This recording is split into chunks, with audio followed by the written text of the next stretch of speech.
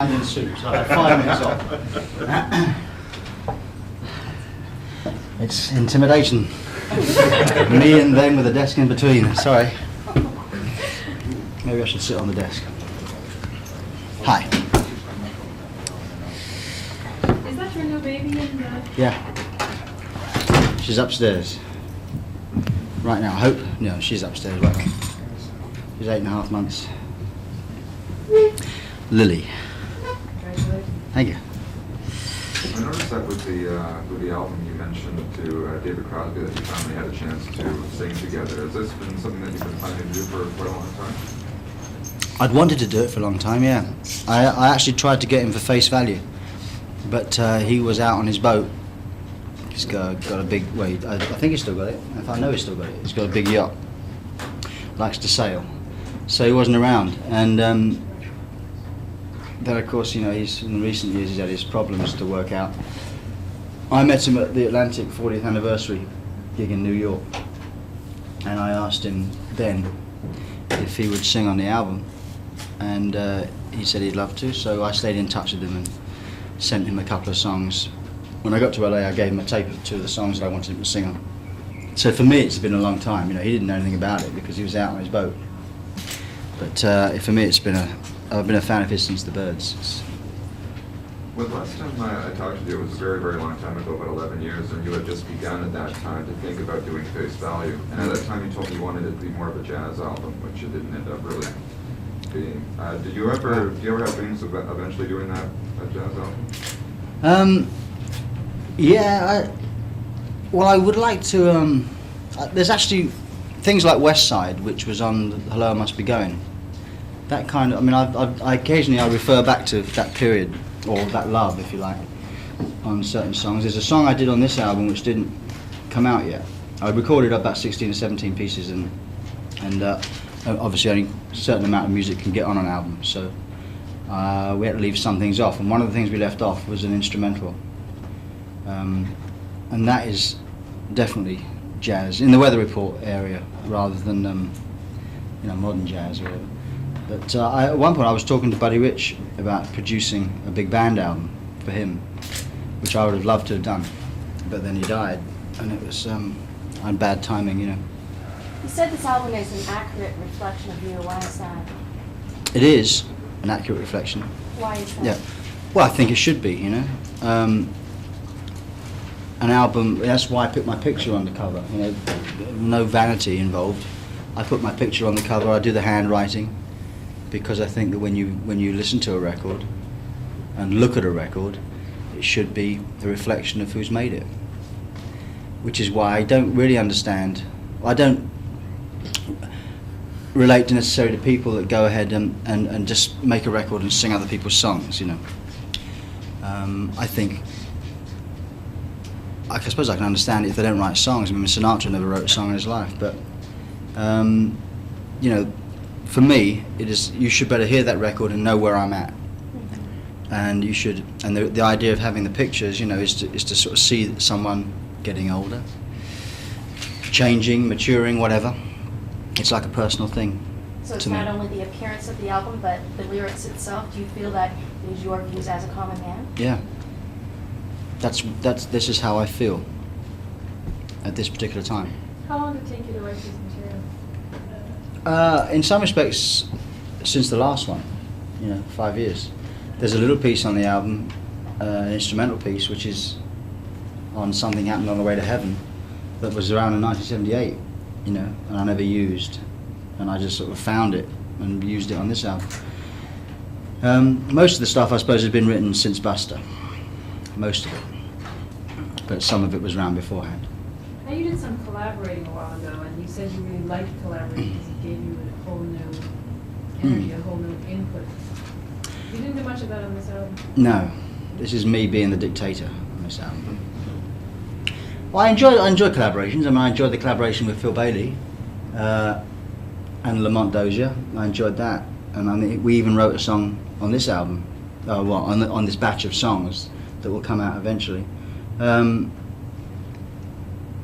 No, there's one song, 2 songs actually, if you think of the CD, which are actually co-written. One is with Daryl Stuermer, which I wrote a couple of songs with him on the last album. Basically, I write them. I've written the song, and I need a bridge, and Darryl says I got a bridge, you know, and we adapt it so it fits in the song. So we don't often sit around a table or sit in the studio and write. But the other thing is something Saturday night, Sunday morning, which is the little jazz. Talking about jazz again, you know, that's in that area. That piece is what I wrote with the horn arranger. Well, he arranged. Yeah, he kind of took over a little bit. The initial idea was me singing and playing drums, improvising at the same time, and then I gave him the tape, and he notated what I'd sung and charted it out for the horns. So I gave him a credit on it. There's some pretty bitchin' horn arrangements. Yeah, in that, isn't it? yeah. That's why I put all horn arrangements played in real time, because they're actually capable of playing that. A lot of people would think, oh no, there's jiggery-pokery, you know, skullduggery. We But see it's- much more socially conscious Phil Collins on the new album. Was that something you always wanted to bring out, or did it just sort of unconsciously start happening? I was just subconsciously, I suppose unconsciously started happening. The way I write, well, first of all, there was a couple of songs on the No Jacket Required album, which were, one was about Northern Ireland, which was a long, long way to go, and about how we all sit in our seats and at home, and if we don't like something we're seeing on television, we turn it off, or we go and turn the channel, but in fact it's still happening. But mainly it was about Northern Ireland, and then there was another song, Take Me Home, which was actually about people being left to rot in asylums and institutions, a bit like McMurphy and Cuckoo's Nest. But because One More Night is a studio were the records that were being played, and people weren't expecting that kind of social comment from Phil Collins, no one ever saw it. No one ever thought that those songs were about those things. So it's not really that new for me, but on this album it's maybe a bit more obvious. But going as to why it is, you know, I write on the piano, and I write in my little demo studio. It's like a small room with 12-track machinery in it. And after I've written the piece, I'll sing into the microphone to get ideas, lyrical ideas and melody ideas. And most of Another Day in Paradise, most of it, that's just the way it is. And some of all of my life, a lot of the songs are improvised. The words sort of come out. And so the first two verses and the chorus of Another Day in Paradise, take that as an example, were improvised, and I wrote it down after I'd sung it, and then I carry on writing the theme. So I didn't actually sit down to write a song about the homeless, but obviously there was something in the back here which triggered it off. Because there have been things that I see the same as everybody else sees, I guess, that affects you. You know, I mean, I was in Washington, going from the airport to the hotel, and it was 1.5 feet of snow, and the city was at a standstill, and we were driving to the hotel, and there was these people. I looked at all these people were asleep on the street, on the grills, the hot air grills, in the snow, and this was all within a stone's throw of Capitol Hill, and I just thought that was extraordinary in a city of such wealth, that kind of problem should be so blatant and so close to the White House. You know? So those things have stuck with me a bit, and I guess that's the kind of imagery that I used in the video, because you know, it's a problem on every street corner now. It's not just in one or two places. Getting back to David Crosby, what is it about him that because he's not really like you at all. I know. His hair is a lot longer. I was going to say. And he's slightly tubbier. No, I mean, his harmony, his sense of harmony, the notes that he chooses to sing, he's got a totally original mind for harmony. And that is why the Byrds sounded like they did when they were still going. And that's why Crosby, Stills and Nash sound like they do. It's not just, you know, luck. He will pick notes out of the air that nobody else would dare sing or think of singing. And when I gave him the tape of these songs, some of the things that he came up with were things that were in the back of my mind. And then he'd come up with something that was completely over there, you know, and I thought, what a fantastic, you know, alternative melody line. So he has got an extraordinary mind for harmony, and that's really why I wanted some of that. I wanted to learn from it. I wanted to see how he worked.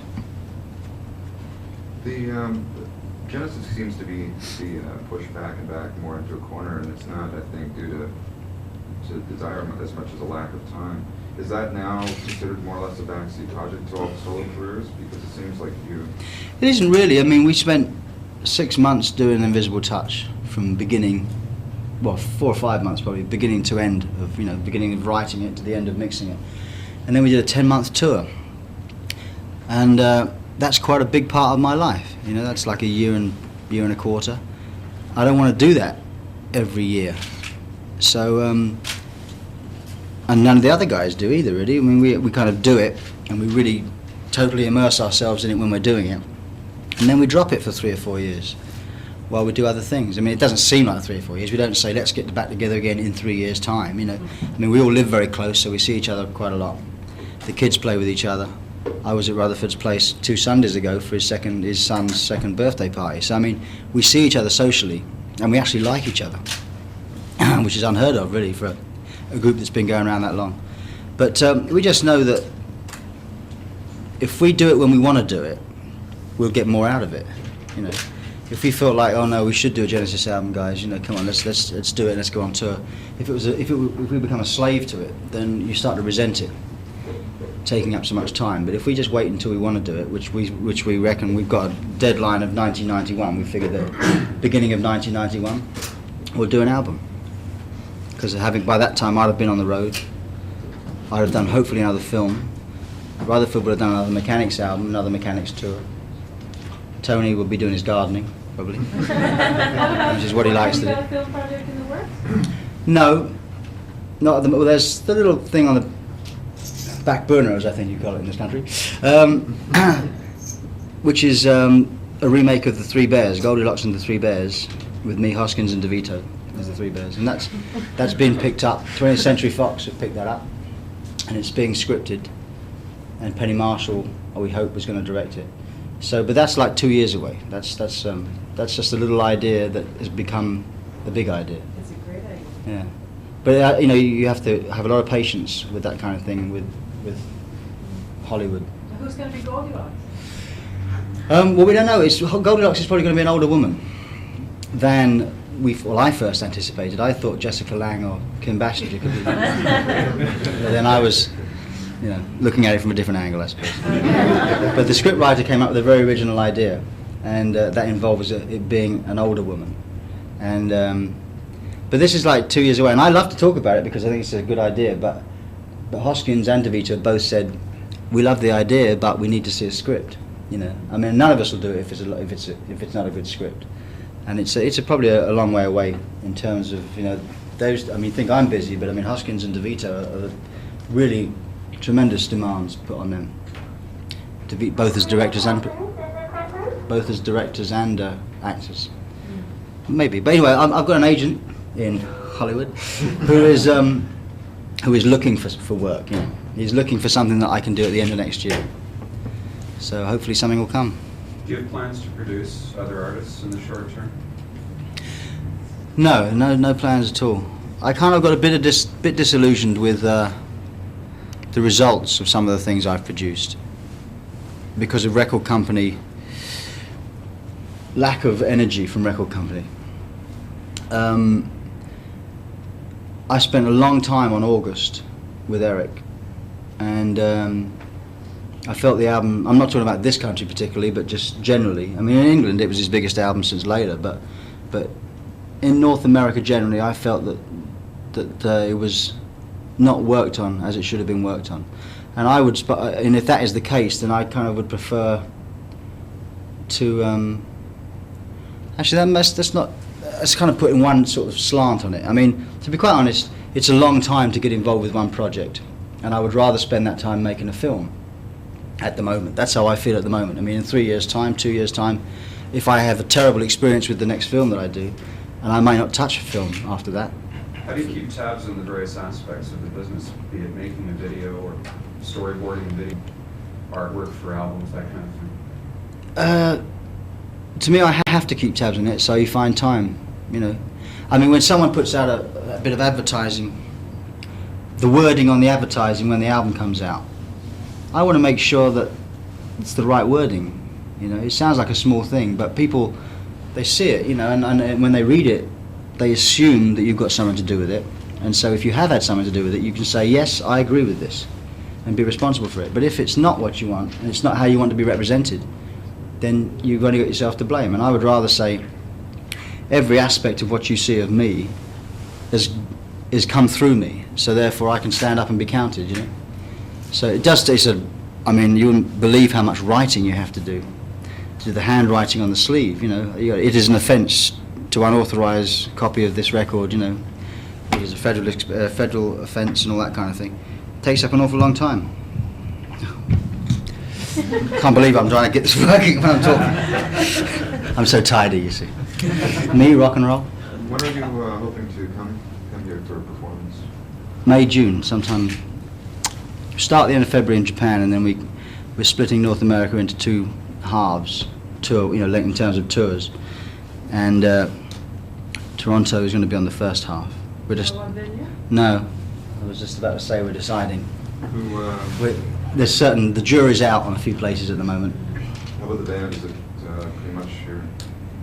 Pretty much the same guys. I mean, the Phoenix Horns will be there. Daryl Chester, Leland Sklar. Got a new keyboard player. And then I'm taking out some backing vocalists, just to take a bit of strain off the voice, because my voice can't keep up with 2.5 hour shows, 5 or 6 nights, 7 nights a week. So we're taking out some backing vocalists just so that I'm not the only voice, because when you are the only voice, you tend to oversing. So it's going to be a big band. You're not looking forward to going on the road, are you? Yeah, You are? yeah. Why? Is that so surprising? It's going to be hard because we're taking the baby with us, and that's going to be the hardest thing. Well, it'd be hard to leave the baby home. That's right, yeah. But I mean, I'm looking forward to it. I mean, I wouldn't be looking forward to it as much at the moment if it was a Genesis tour. But I haven't been on the road for 5 years with my music. So for me to go out there and sing my stuff and hear people react to it is still I still get a thrill out of that. So you're going to go into training for this? Training? Yeah, vocal coach. Oh, vocal The whole coaching. bit. No, Really? no, Just I'm gonna too go old out to do and all that. Throw yourself on the floor? I should have done it years ago, and I never did it. So, no, basically, I mean, what happened on the last solo tour and the last Genesis tour was, and for the last few tours I've been involved in as a singer, the voice goes, and you either cancel shows or you go to a throat doctor, and his only answer to get you through the night is to give you steroid jabs, which take the swelling down, and you can sing that night, but you can't talk the next day, and then you get on a routine of doing it. So I don't want to go through all that again. You blow up like a beach ball, apart from anything else, and all the kind of weird side effects like buffalo hump and things. So It is generally, scary. are you going to stay in a smaller venue so that you don't have to Yeah, work the I'm- crowd as much as I'm certainly not going to play stadiums, Yeah. but I mean the only venue. There's 2 venues here, 3 venues, I suppose. There's an open air C&E, which is a stadium, which I don't want to play, because my music, I want people to, you've got to be close to my music. You've got to be close. It's not stadium music. Or there's this new place, the Dome, which I don't like in theory, the idea of me going in there. But the only other place is Maple Leaf Garden, which I love. And it's a fantastic place to play. Cops Coliseum. Cops Coliseum. Is what? Cops Coliseum in Hamilton. Ah, well, you see, this is a place I didn't know about. How far is that? Brand new. Oh, we drove to and from Hamilton, yeah. Yeah, 40 minutes, 18,000 people. Well, maybe that's the answer. You heard it here first. I don't know. I'll have to talk to the manager. We work out these things together. But I just think that with a big place like this, the place you play governs the kind of reviews you get even before you sing a note. If people don't like going to a place, you've finished. You've had it before. If the audience don't like going, then you start off with that much more to achieve, and I don't really want to do that. I'd rather have 10,000 people that can see and hear better than 50,000 people, none of which go home very happy. So that's the way I look at it. But I mean, if certain members of certain families aren't talking to other certain members of certain families, you know. Oh, you're aware of the political structure. I've become aware since I've been here. That's right. I think it's extraordinary. The music, What do you expect to music? How do you expect music to change in the '90s? I mean, there's a group called Blue Nile, who I think are one of the best albums of the last sort of couple of years, and no one's ever heard of them over here or in North America. So I'd like to see things like that change, where you actually, if radio would broaden their horizons a bit and play stuff that's not top 40 orientated, that would be good. Do you think it might? I can hope. We can all hope. I mean, I don't know. It used to be, I think, radio to a certain extent has changed. And when we first started coming to North America, we'd go to a station and stay there for a couple of hours. And now you sort of say, well, I know you've got to run. We got a commercial to do, so bye. You know. So it's things have changed a little bit. But it would be nice to sort of. Could go back. Yeah. I mean, there's a lot. I can only talk like. There's a couple of friends of mine who are very talented talented guys, you know. But it's hard because when I have gripes against, you know, because before we get to the music, I want to know what he looks like, and that kind of element, which wasn't around when I started, because I wouldn't be here if that was the case, you know. I've been put up and just accepting someone might not look the part, but what a sound, you know. do you find music getting easier as you get older? Getting easier. Yeah, well, I mean, You mean you're easier pretty, listening? you're pretty prolific, and I would think that. Well, I'm not prolific, you know. I mean, I do a lot of stuff, but I don't know. I mean, one album every 5 years. Well, not every 5 years. Yeah, it's but been you five- play with everybody. Didn't you do the Tears for Fears session? Yeah, like an that was hour? probably, you know, 5 years since my last solo album. Genesis albums are 4 or 5 years between by the time it actually, you know, comes out.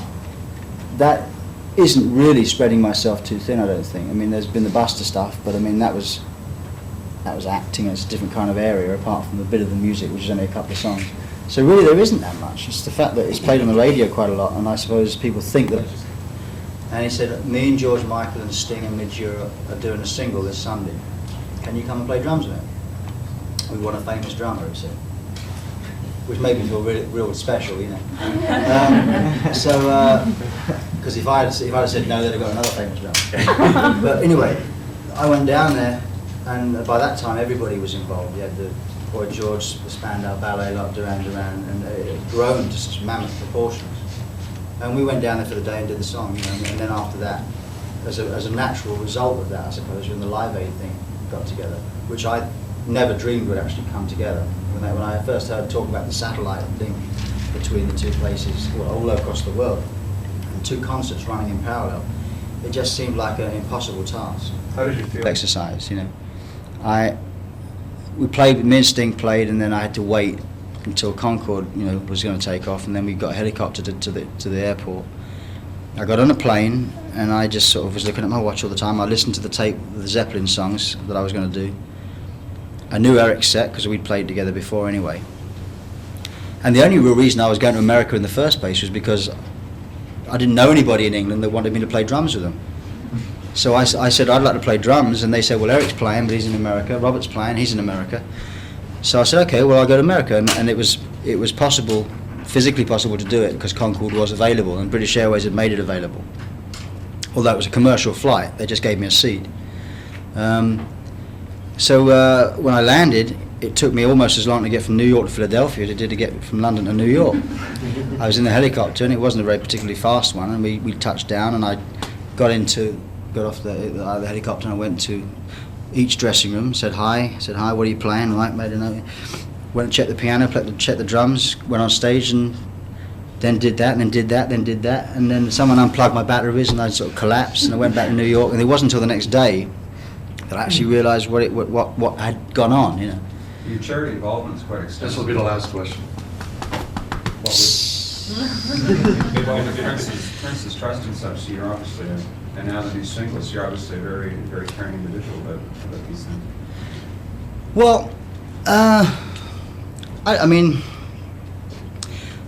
there are cynics that sort of say since Live Aid. I mean, a lot of people did Live Aid to get their records back in the charts, which I find that incredible that people would jump to those kind of conclusions. But there will always be those kind of people. To me, if you know, the bottom line is if you can help by doing something, you have the choice of doing it or not doing it. And I'm not the kind of person to say, well, screw them, let them get on with it. You know, I would prefer to help, to put a little bit of something back. You know, and I'm not trying to sort of make myself to be a champion of these causes. The Prince's Trust I got involved with by accident. The first rock concert that the Prince's Trust did was back in '83, '84, and Pete Townsend and George Martin got a few people together to learn each other's songs, and we all played one night, and then the next time I did a couple of concerts on my own. And then Prince Charles, through the chairman of the trust, asked me if I'd be a trustee. So I became a trustee, and that's when my serious involvement became. And so every year I get involved with that.